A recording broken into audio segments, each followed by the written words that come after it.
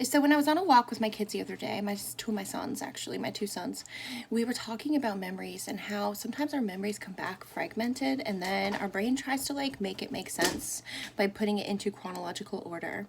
This is something that happens when we're doing our shadow work, and I tend to work with my shadows in my sleep. I'm a little too much like in control in my masculine side of, you know, the left brain during the daytime hours, that it seems sleep time is when I'm most meditative. And I set my intentions and my grounding and all of that before sleep to make sure that it's a safe space to do my work, to overcome some of these really deep layers of, I guess, pains and wounds from my past lifetimes. Even some of these may be from that, but some are definitely from my current lifetimes, and I'm having some beautiful memories come back, and it's very exciting.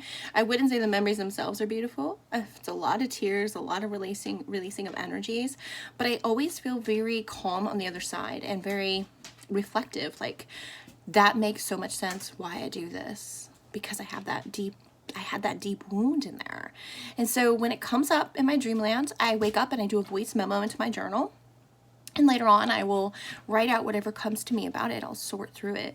Last night, I actually had the privilege to work through some shadow work based on something in a movie triggered me. And I started crying.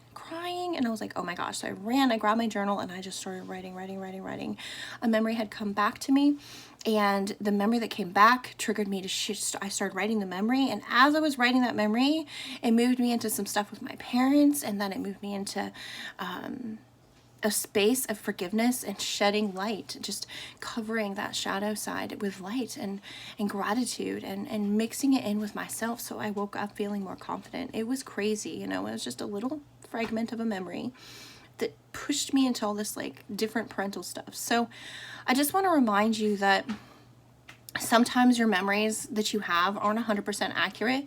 Your brain is trying to look at them from the person you are today, and it may not, chances are you're not the same person you were back then.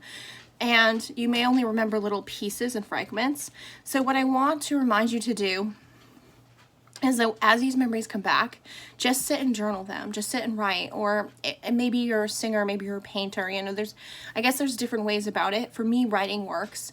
And so what I did when a memory came back to me, at least yesterday, this worked really well, and I have been doing it since the end of January, was I just start writing about whatever it is that's on my mind.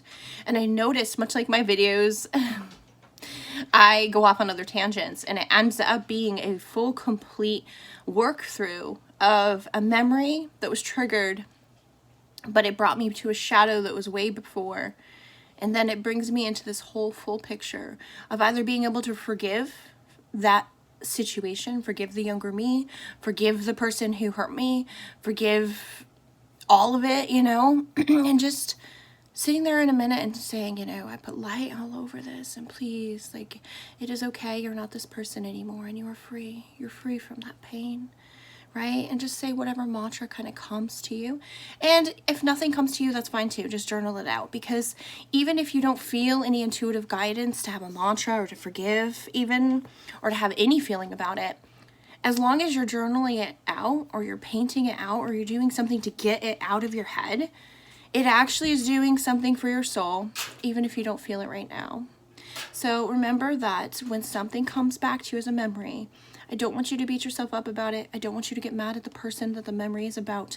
I want you to really take that moment to just write it out, talk it out, paint it out, so that it gets out of your soul. And again, if no mantra comes to you of like, I forgive you, or I forgive myself, or any of that, that's perfectly fine, because that will come in time.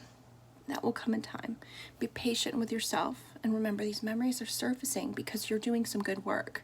That means that God thinks that you're ready to face these memories. He's releasing the block you have on those memories and allowing you to work through them because you're ready, my dear. You're ready to work through it. And if that's nothing to be grateful for, I don't know what is. Have a beautiful day, and if you need any guidance or help, let me know.